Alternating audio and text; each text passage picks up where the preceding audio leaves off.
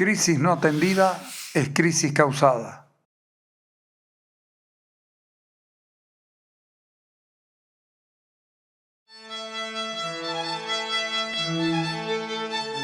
El campo cruceño, que operaba por sabiduría popular y por las señales de la naturaleza, se ha modernizado.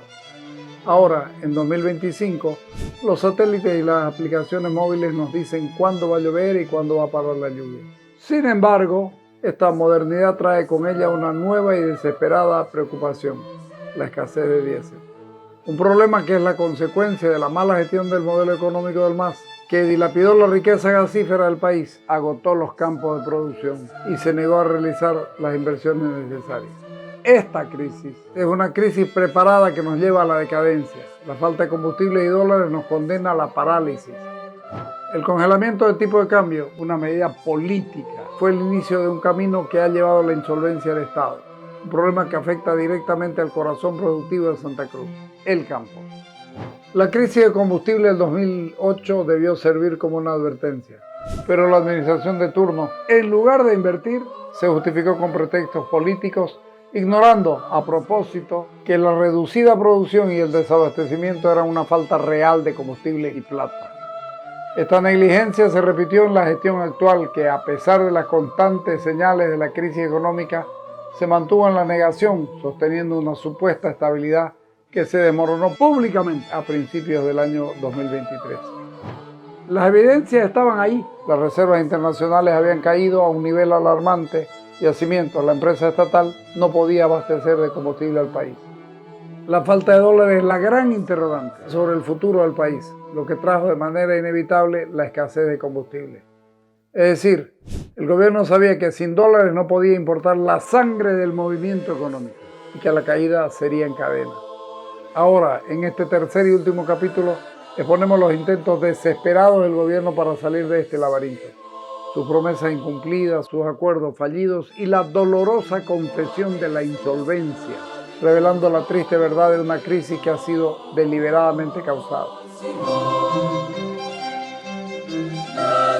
En un intento por mitigar la crisis de abastecimiento de combustible y la escasez de divisas, YPFB anunció un plan de emergencia. El plan preveía la adquisición en una primera etapa de prueba de entre 3 y 5 millones de litros de diésel usando criptoactivos.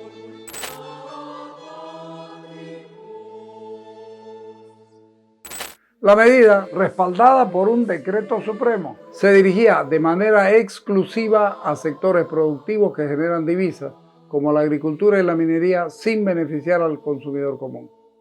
La intención era, seguramente, aliviar la desesperación, aunque la particular valoración sobre quiénes eran productivos resultó controvertida, dado que se excluía a trabajadores esenciales en la cadena productiva.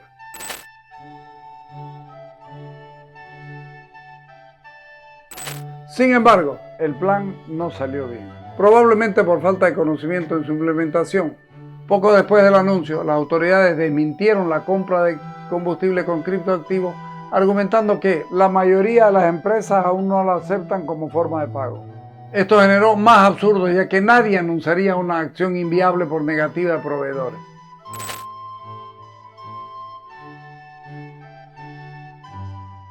La contradicción se profundizó cuando, durante la crisis de carburante de mayo-junio del 2025, la segunda crisis fuerte de casi 3 semanas de duración, el ministro de Defensa declaró que la estatal Yacimientos Petrolíferos Fiscales Bolivianos sí había comprado monedas digitales.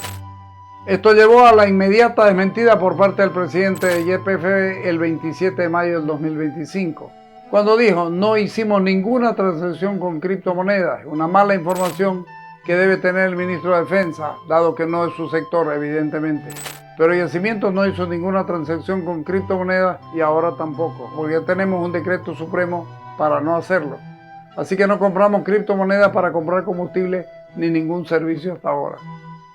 Este acto fallido obligó a la presidencia a dictar un decreto supremo que prohíbe la compra de criptoactivos para detener la subida del dólar paralelo, que crecía al ritmo del disparo en las monedas virtuales. El 24 de mayo del 2025 se anunció un decreto, el 5399, que retiraba la autorización de YPFB para usar criptoactivos virtuales con el objetivo de disminuir la fase especulativa del tipo cambiario.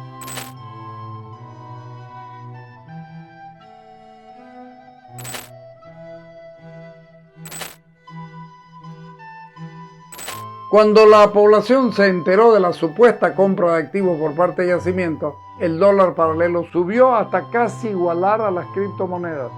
El 15 de mayo del 2025 se informó que el dólar paralelo había subido 15.57% en 2 años, rozando los 18 bolivianos. Un portal especializado registró que el dólar digital alcanzó los 20 bolivianos por unidad, un salto significativo frente a los 15.20 bolivianos de inicio de la semana, reflejando la tensión en el mercado cambiario nacional debido a las restricciones en el acceso a divisas.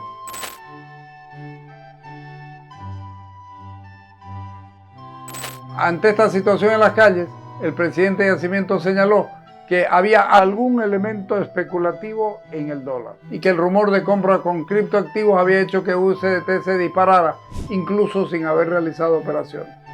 Lamentablemente, uno de los problemas graves del país es la falta de seriedad de sus autoridades. En este caso, el mismo presidente de Yacimientos había abierto la puerta a la posibilidad. El gobierno autorizó las operaciones mediante un decreto supremo y luego cayeron en contradicciones. Intentar negar la realidad con medias verdades equivale a mentiras completas. Y la repetición de una mentira no construye una verdad, ya que la verdad es un valor en sí misma. Esta situación ha sido una constante en Bolivia desde hace 20 años. Aunque otros gobiernos también pudieron haber mentido en este periodo, la gestión actual ha perjudicado al país de manera cínica, negando la realidad incluso ante la evidencia. Las principales consecuencias de la crisis de dólar y la escasez de diésel fueron admitidas por el gobierno recién en noviembre del 2023, eufemísticamente como problemas de pago que generaban algunos problemas en la importación de diésel. Sin embargo, las evidencias eran claras, el país no tenía ni dólares ni diésel y se dirigía hacia la insolvencia, una situación en la que se encuentra actualmente.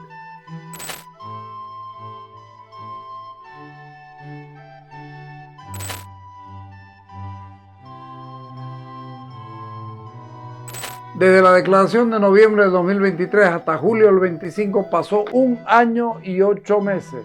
Durante ese tiempo, 3 millones de hectáreas en el campo cruceño estuvieron en riesgo porque el gobierno animaba a sembrar comprometiéndose a entregar combustible cuando no tenía dinero para importar.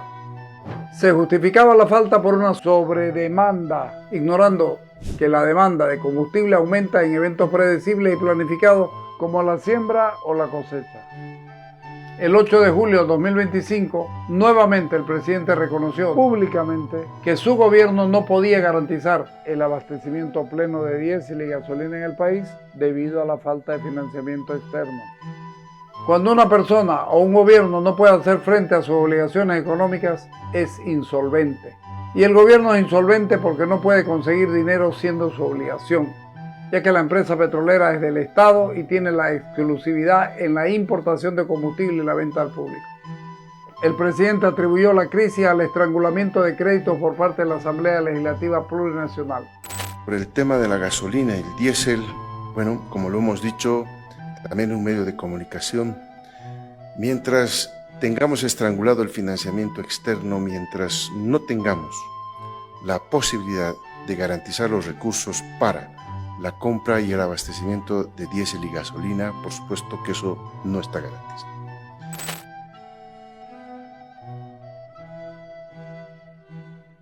Más allá de la crisis económica, este trabajo busca dejar testimonio del comportamiento de un gobierno de 20 años que, de manera ideológica, ilegal y abusiva, atacó la base del desarrollo cruceño, el sector agropecuario.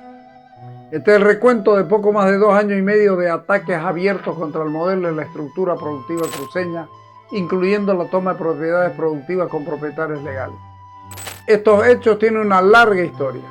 Los métodos guerrilleros con bandas o pandillas paramilitares armadas confirman que todo lo hecho tenía un fin político y estratégico: el copamiento del espacio físico para asegurar la hegemonía política a partir de victorias consolidadas.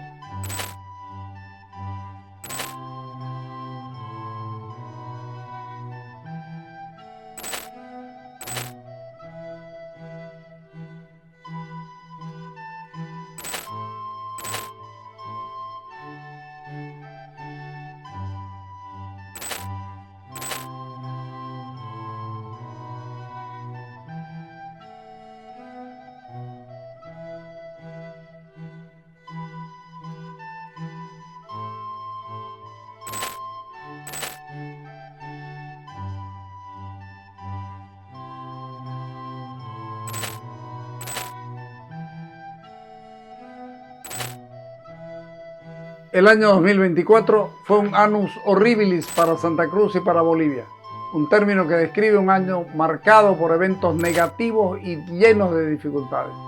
Llamarlos así no es una exageración, ya que el sector productivo empresarial mostró la mejor disposición para colaborar con el gobierno en la búsqueda de soluciones a la crisis económica y a la falta de combustible.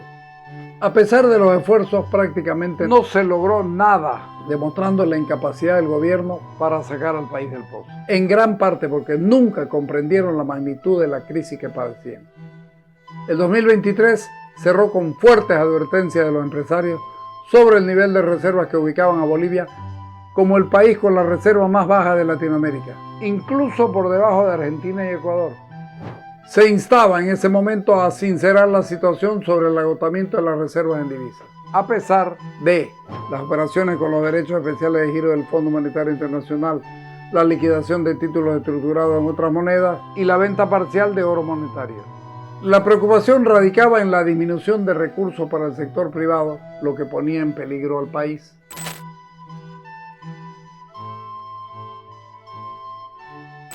Dos días después, la Confederación de Empresarios Privados de Bolivia demandó medidas urgentes para evitar un desborde de problemas económicos.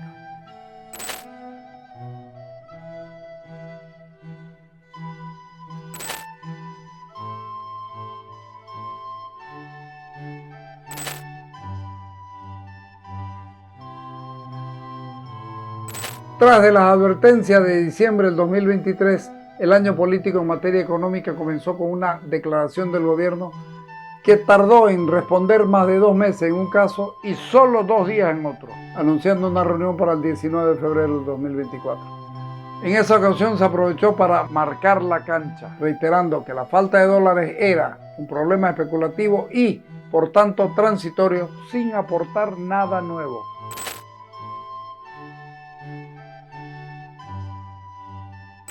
Antes de la reunión, el Instituto Boliviano de Comercio Exterior propuso medidas para revertir la escasez de dólares, tales como liberar la compra y venta de dólares en el mercado paralelo, suprimir los cupos de exportación y permitir la libre exportación de productos, eliminar el impuesto a las transacciones financieras ITF, aprobar créditos internacionales pendientes en la Asamblea Legislativa y acudir a organismos internacionales en busca de apoyo.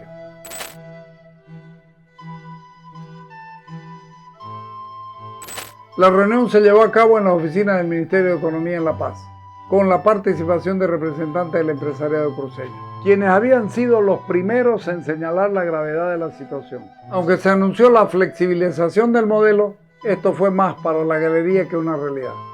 A pesar de que la falta de dólares era una devaluación de facto, el presidente se mostró partidario de flexibilizar la economía, pero en los hechos no se concretó. Con la solemnidad característica se firmó un documento acuerdo de 10 puntos con las cámaras empresariales de todo el país.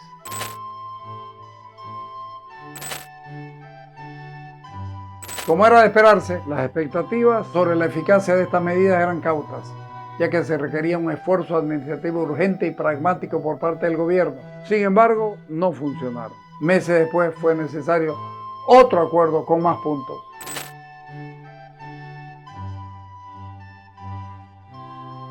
El ministro de Economía aseguró que el gobierno analizaría la sugerencia del sector, reconociendo la complejidad del tema y que no se solucionaría de un día para otro, pero destacaba la importancia de enfrentarlo de manera coordinada y de buena fe. La cuestión era si el gobierno, con la solución en sus manos, actuaba de buena fe o no. Los medios de comunicación reaccionaron con algún optimismo, pero la realidad era otra.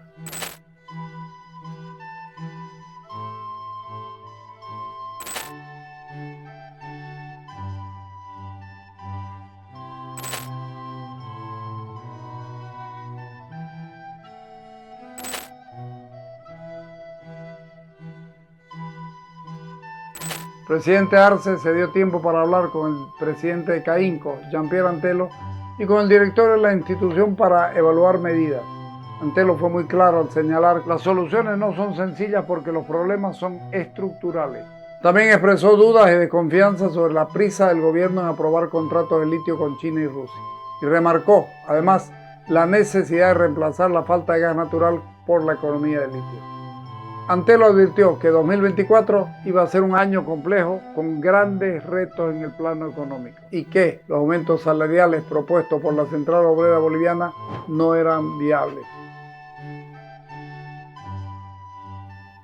Después del acuerdo de buena fe, el presidente descartó la supuesta crisis económica, argumentando que no había fundamento para pensar en tal situación y que los indicadores ubicaban al país entre las economías con mayor crecimiento de la región. Como se mencionó, el presidente era capaz de firmar cualquier cosa y la verdad era que ya no le importara lo que se firmaba. Lo que le interesaba era parecer abierto y conciliador. De esta manera, en agosto del 2024, se dobló la apuesta y firmó un documento de 17 puntos, después de más de 6 horas de reunión en Santa Cruz. Esta carta de intención era ampulosa y con pocas posibilidades de realización, mientras la crisis se asomaba y el presidente la negaba.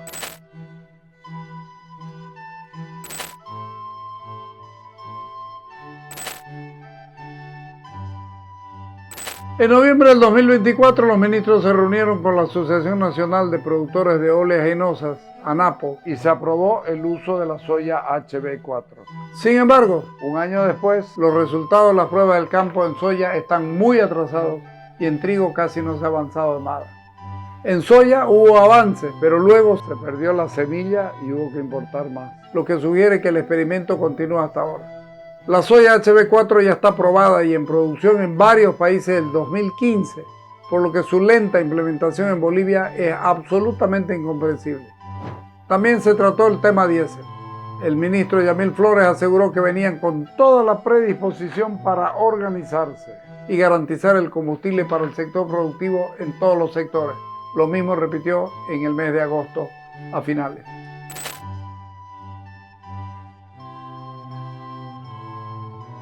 El presidente Arce enviaba a su ministro a firmar cualquier cosa y luego él mismo aparecía a matizar o a bajar las expectativas, aprovechando para presionar a la Asamblea para que le aprueben créditos externos.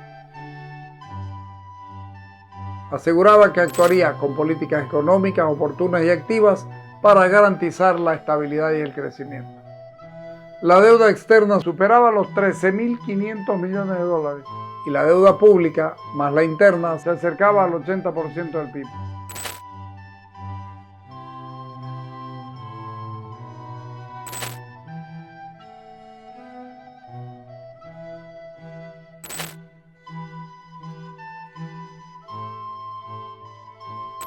Después de idas y vueltas, los medios extranjeros informaron sobre un cambio de flexibilización del modelo económico de Arce. Resultó ser solo de papeles y poses. La burocracia se engordó con trámites que no aliviaron absolutamente nada.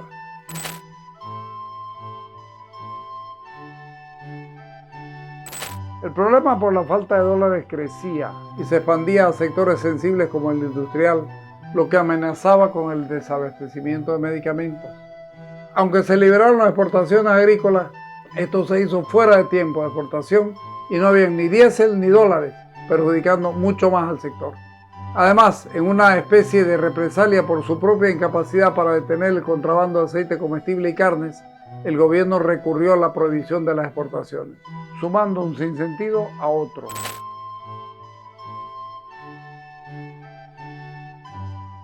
La falta de dólares era el tema principal.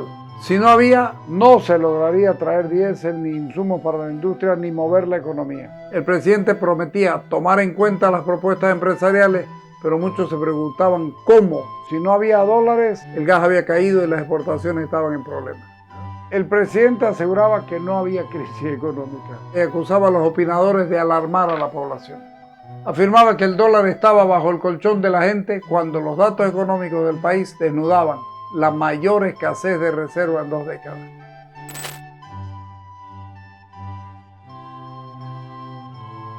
Un gobierno sin margen de error y con la necesidad de salir del trance no podía permitirse una amenaza como la del presidente Arce, quien en una entrevista abordó las preocupaciones sobre la falta de acceso a los dólares y aclaró que su gobierno nunca propuso el control estatal de divisas, atribuyendo la idea a la Central Obrera Boliviana. Sin embargo, Redobló la apuesta al asegurar que la entrega obligatoria de divisas sería diferente al control de divisas y que su intención era democratizar el acceso a la moneda extranjera a través de un comité sin intervención directa del gobierno. La propuesta, por supuesto, no fue aceptada y fue una alerta más de la imposibilidad de llegar a acuerdos.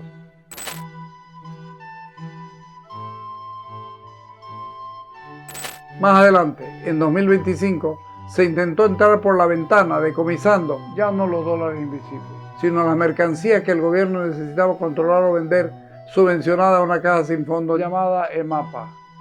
El mecanismo, una disposición adicional séptima del presupuesto general del Estado que permitía el decomiso de productos en situaciones de agio y de especulación.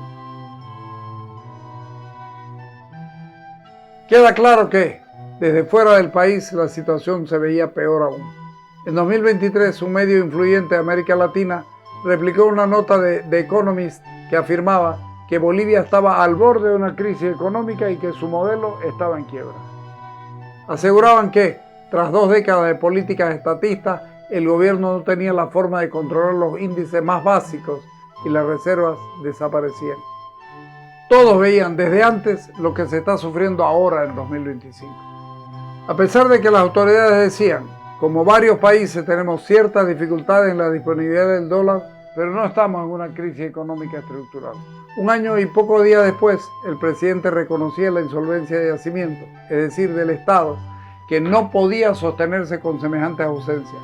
Hablo de ni dólares ni combustible en función de sus requerimientos. En efecto, el presidente admitió públicamente el 8 de agosto del 2025, después de la celebración de la independencia nacional, que no puede proveer el diésel y gasolina que necesita el país al 100% debido a la falta de financiamiento externo.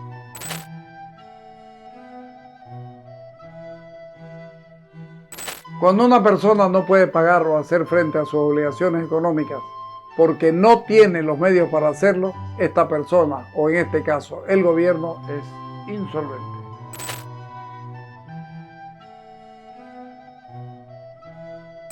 Ser cumplidor en el pago a fondos buitre, como lo llaman en Argentina, es oneroso y los pagos de intereses son una carga pesada. Sin embargo, la idea de la soberanía manejada por el socialismo del siglo XXI parece no comprender lo que es posible y lo que no es. Volvamos al 2024, el Annus Horribilis o Año Horrible para Santa Cruz y el país. El término fue popularizado por la reina Isabel II para describir un año lleno de dificultades. Usarlo para describir la situación boliviana no es una exageración, ya que el sector productivo empresarial mostró la mejor disposición para colaborar con el gobierno en la búsqueda de soluciones a la crisis económica y a la falta de combustible. Se hizo lo que se debía y más, pero no se logró prácticamente nada. El muro fundamentalista, cerrado y dogmático de la administración actual no fue capaz de generar soluciones. El principal problema de una crisis es que quien la padece no la entiende como tal. En abril del 2024, tras un acuerdo con empresarios, el gobierno emitió el Decreto Supremo 5145, fijando ilusoriamente una nueva modalidad de devolución de impuestos a exportadores en dólares. La condición era el ingreso efectivo de divisas al país en un 100% del valor de la exportación. Esto iba a ir a una cuenta extranjera en una entidad financiera regulada por la ASFI.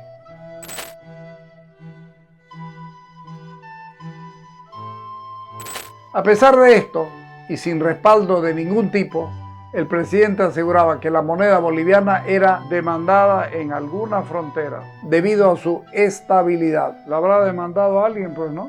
Para él no había crisis en el país, sino una espalda económica importante, y acusaba otra vez a los opinadores de alarmar a la población.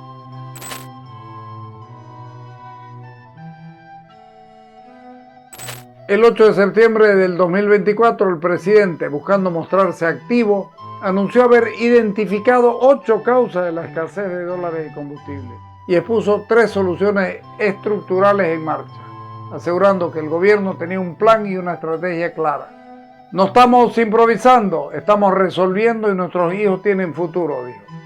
Sobre todo los de él, ¿no? Esta intervención, junto con la sentencia de que para 2026 se produciría el 90% del diésel, sonó a burla para mucha gente que sin combustible no podía trabajar. Lamentablemente, esa idea sigue siendo repetida ocasionalmente. La lista de problemas continuó. Hospitales sin insumos, ciudades y provincias con problemas de transporte, trabajos paralizados, constructores afectados por la falta de materiales y algunos otros. Mientras tanto, el presidente ensayaba una tesis de tormentas perfectas que azotaban la economía del país y otros disparates. El país estaba al borde del barranco. El único que parecía no entenderlo era el presidente. Y como las desgracias no llegan solas, desde Argentina, los camioneros que transportaban el diésel avisaron la suspensión de la carga de combustible hacia Bolivia por falta de pago de YPF a los proveedores argentinos.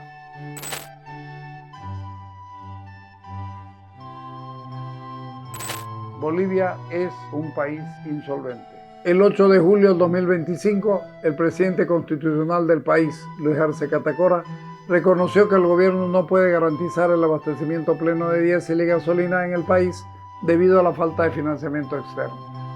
Es una exageración calificar a un país de insolvente cuando el gobierno asumió la condición de importador, distribuidor, vendedor mayorista de combustible, siendo el propio gobierno el inicio y el final de la cadena de suministro.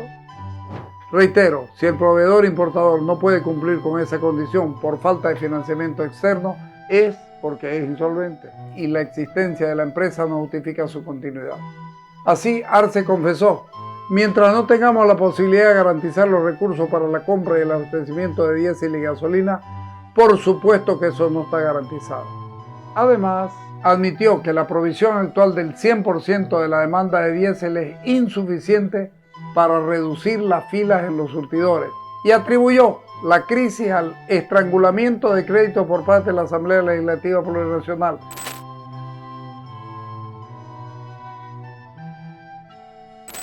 Pongámoslo claro, el país gasta más de 3.000 millones de dólares al año en importación de combustible y más de 2.000 millones de dólares en el pago de la deuda externa. Este es un lamentable discurso del presidente que reclama que sin los créditos aprobados del 2023, Bolivia entra en un flujo negativo de divisas. Hasta abril, dijo, tuvimos una salida neta de más de 1.400 millones de dólares solo por servicio de la deuda. Y tenemos un pago de deuda externa cada vez creciente que viene de créditos anteriores que asume el gobierno nacional para poder pagar y no entrar en mora ni en default. Y a partir del 2023 el país ha entrado en una suerte de flujo negativo en materia de deuda externa. Después de la lapidaria declaración que solo espera el cambio de mando, nos queda la amargura de recordarle al espectador cómo se precipitó la crisis y la caída del país al peor momento que hemos vivido. Una situación que se asemeja a la crisis de la UDP entre 1978 y 1984. Remarcamos que esta es una crisis causada porque, a nuestro entender, el gobierno o el presidente, teniendo la posibilidad de evitarlo, no hicieron nada. ¿Cómo llegamos a este 2025? En el año 2023, en el mes de abril, Infobae marcaba el rumbo del país. Bolivia está al borde de una crisis económica y su modelo está en quiebra. Añadía que, tras 2 décadas de políticas estatistas, el gobierno no tiene forma de controlar los índices más básicos y las reservas desaparecen. Claramente una crisis causada.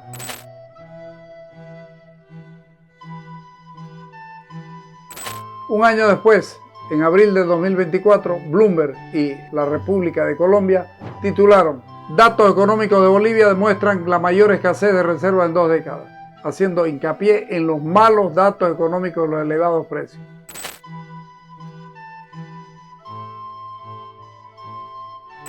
En febrero del 2025, el Senado aprobó en grande el proyecto de ley que deroga la disposición de decomiso y otros artículos del presupuesto general del Estado, a pesar de que el gobierno insistía en suspender su aplicación.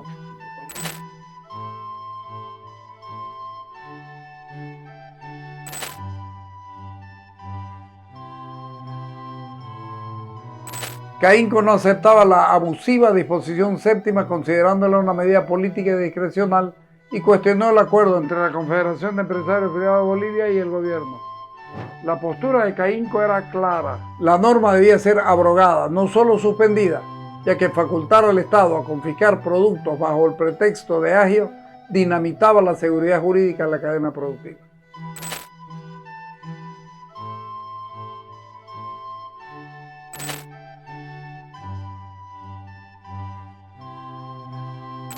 El auto constitucional 160-2025 del 13 de marzo del 2025 admitió la acción de inconstitucionalidad abstracta presentada por un diputado y ordenó la suspensión provisional de los parágrafos 1 y 2 de la disposición séptima, prohibiendo el tratamiento de cualquier otra normativa relacionada hasta la sentencia constitucional. Posteriormente, el 18 de marzo del 2025, el auto constitucional 060-2025 ratificó la suspensión. Es decir, ninguna de las normas abusivas y arbitrarias está vigente, lo que demuestra cómo el gobierno busca problemas y queda descolocado. Los gobiernos no están para imponer o perder pleitos innecesarios. La tentación totalitaria de la actual administración tiene al país en su situación actual. La crisis está arrasando al país y no nos equivocamos cuando hace años venimos asegurando que la falta de dólares iba a terminar arrastrando al país a sufrir peores problemas. Esto es lo que ocurre hoy. No es necesario buscar mucho para encontrar respaldo. En este tiempo hemos seleccionado temas como la falta de dólares y combustible que van de la mano.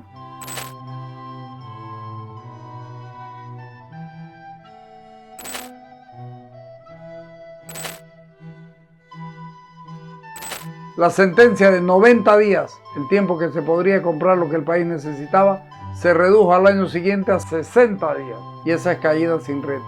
Hoy el Estado tiene mucho menos efectivo. Como dijo el economista Darío Monasterio, si alcanza para 5 días es mucho. El presidente reconoció la insolvencia del Estado, pero no hizo un mea culpa. Sigue buscando culpables y nunca asumió su responsabilidad como gobernante. Una nota de mayo del 2024 cuyo titular era "Escasez de dólares y abastecimiento irregular de combustibles es constante", afirmaba que el gobierno aseguraba el ingreso de más moneda extranjera en junio. Ya pasó un año y un poquito más y la situación está peor.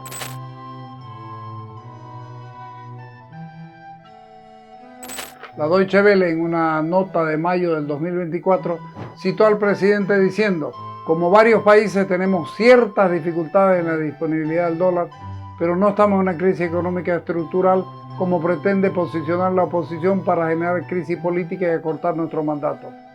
En la misma ocasión, atribuyó la situación a la especulación de la banca privada, probablemente la banca más controlada y sometida del continente.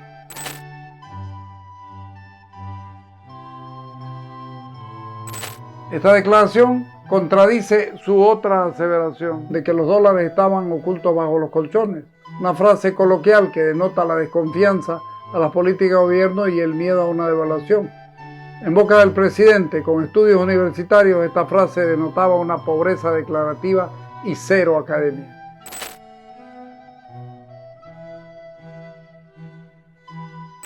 En una reunión con periodistas, el presidente aseguró que el Banco Central de Bolivia mostraría al país que había dólares y que lo que sucedía era una especulación con fines políticos. Sin embargo, la gente pobre que puede comprar pocos dólares no especula, se cuida y resguarda. En ese momento, mayo del 2024, el sistema bancario nacional solo disponía de 453 millones de dólares. Como epílogo, diremos que a principios de enero del 2025, el Banco Central no pudo pagar todos los intereses en dólares de las personas que habían confiado en invertir en bonos del Banco Central de Bolivia. El banco aseguró no contar con monedas de corte menor, lo que volvió a generar desconfianza sobre si el bono se convertiría en un corralito o en bolivianos pagados a 6.96.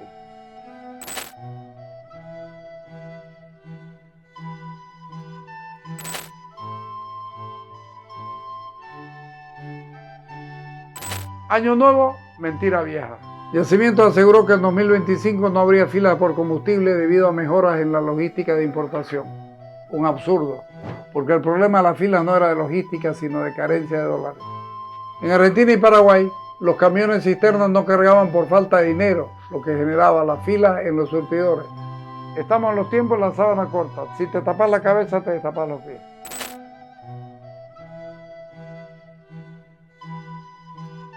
La situación se desnudó con datos. Bolivia produjo 29.30 millones de metros cúbicos diarios de gas en diciembre, uno de los niveles más bajos en 15 años.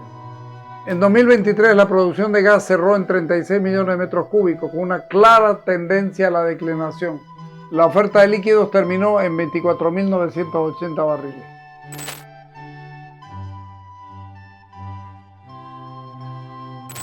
Debe quedar claro que la crisis fue causada por una mala política económica y una desatención ideologizada.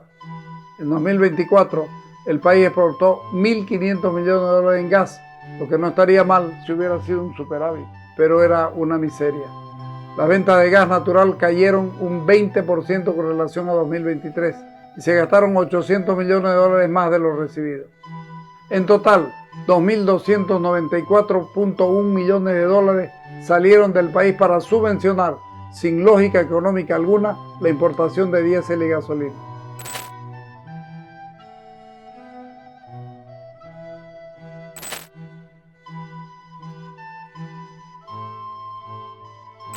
El presupuesto general del Estado exigía la aprobación de más préstamos para pagar el servicio de la deuda y para importar más combustible.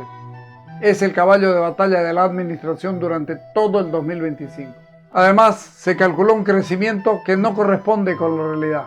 La inflación del 7.5% para todo el año. Lamentablemente, la cifra se alcanzó antes de terminar el sexto mes del año.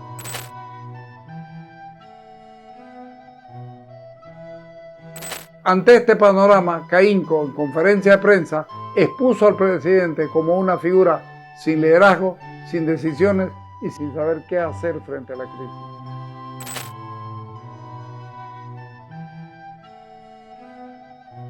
Y por supuesto, ¿cómo iba a saber qué hacer con la crisis si solo se preocupaba por defender el poder coercitivo del Estado para defender el modelo? Arce también habló de la estabilidad que afortunadamente se mantiene hasta el día de hoy por una paz y autocontrol ciudadano, a pesar de las locuras internas de la gestión en todas sus versiones, porque el ciudadano sabía que se acercaban las elecciones y esperaba cambios no traumáticos, evitando mayores confrontaciones. Vaya espíritu democrático el nuestro.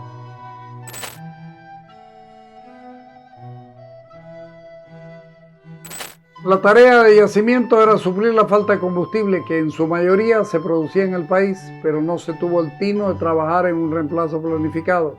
Quienes creyeron en el socialismo del siglo XXI descubrieron que el negocio era importar combustible, a tal punto que se inventaron un trader en Paraguay que tiene informes de corrupción en diputados.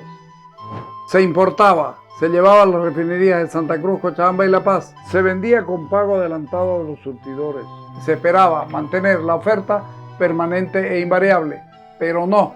Cada año, desde antes del 2023, tuvimos al menos 2 crisis pronunciadas y el gobierno, en lugar de proveer lo necesario, se dedicó a echar culpas a todos sin asumir su parte, hasta que llegó lo inevitable.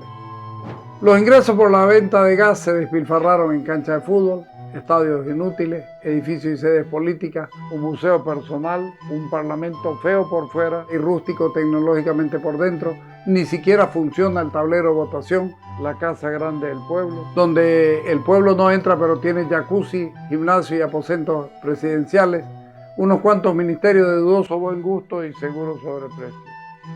Sin embargo, se exploró muy poco y no se reemplazó lo que se vendía. Ahora nos salen con una fantasía llamada Mayaya, de la que no se conoce su certificación de reserva, pero ahí van, seguramente cruzando los dedos para espantar la yetera al hablar de ello. Todo lo dicho tiene respaldo. Hemos acumulado 5.700 enlaces de noticias, de los cuales leímos unos 4.500, relacionados en un 90% con la crisis del dólar que degeneró en escasez de combustible, más dramática de los últimos 50 años. No hemos citado la falta de combustible y las largas filas durante el gobierno anterior porque queremos dejar constancia de lo ocurrido en un momento clave para el país, un periodo de solo 2 años y medio, tiempo en que debieron haberse destinado a reparar el país después del destrozo político, institucional y democrático infligido por el expresidente. Sin embargo, no nos extraña que no se haya hecho lo correcto. Al final, el actual presidente fue su ministro estrella. Lo que han visto es un documental que puede profundizarse mucho. Son horas, días, semanas y meses de trabajo. Viajamos a casi todos los lugares donde se produce algo, moviéndonos hasta donde el combustible y las lluvias lo permitieron. En cada lugar entrevistamos a mucha gente, aunque como en todo documental y reportaje, nos quedamos con las entrevistas que mejor retratan el campo cruceño. Desde el amor y dedicación a la actividad, hasta los problemas de esperar combustible o pasar días en larga fila, sabiendo que lo que se conseguirá a precios oficiales será muy poco y que si la plata alcanza habrá que comprarlo a 3 veces su precio a los revendedores, quienes son los beneficiados de un negocio corrupto en el que alguien del poder seguramente está involucrado. Nuestros entrevistados son pequeños y medianos productores en su mayoría. Elegimos hacerlo así por una sencilla razón. El gobierno estigmatiza la actividad del campo como un asunto de ricos y millonarios que solo saben quejarse y ganar dinero. Demostramos que los trabajadores del campo y de condición menos aventajada son mayoría, y ellos son quienes más necesitan, porque una mala siembra o una mala cosecha puede ser la última. Aunque después de conocerlos, sabemos que esto es una forma de hablar, porque descubrimos que si hay alguien persistente y terco, son los hombres y mujeres del campo cruceño. Esto nos da la convicción de que Santa Cruz tiene futuro y que este es bueno. Sostenemos que estamos condenados a que nos vaya bien, aunque ocasionalmente vengan trabas o invasiones de tierra. Y sobre esto último, supongo que habrá que moverse por ello una vez que recuperemos fuerza, para salir al campo y sentarnos a escribir un nuevo capítulo.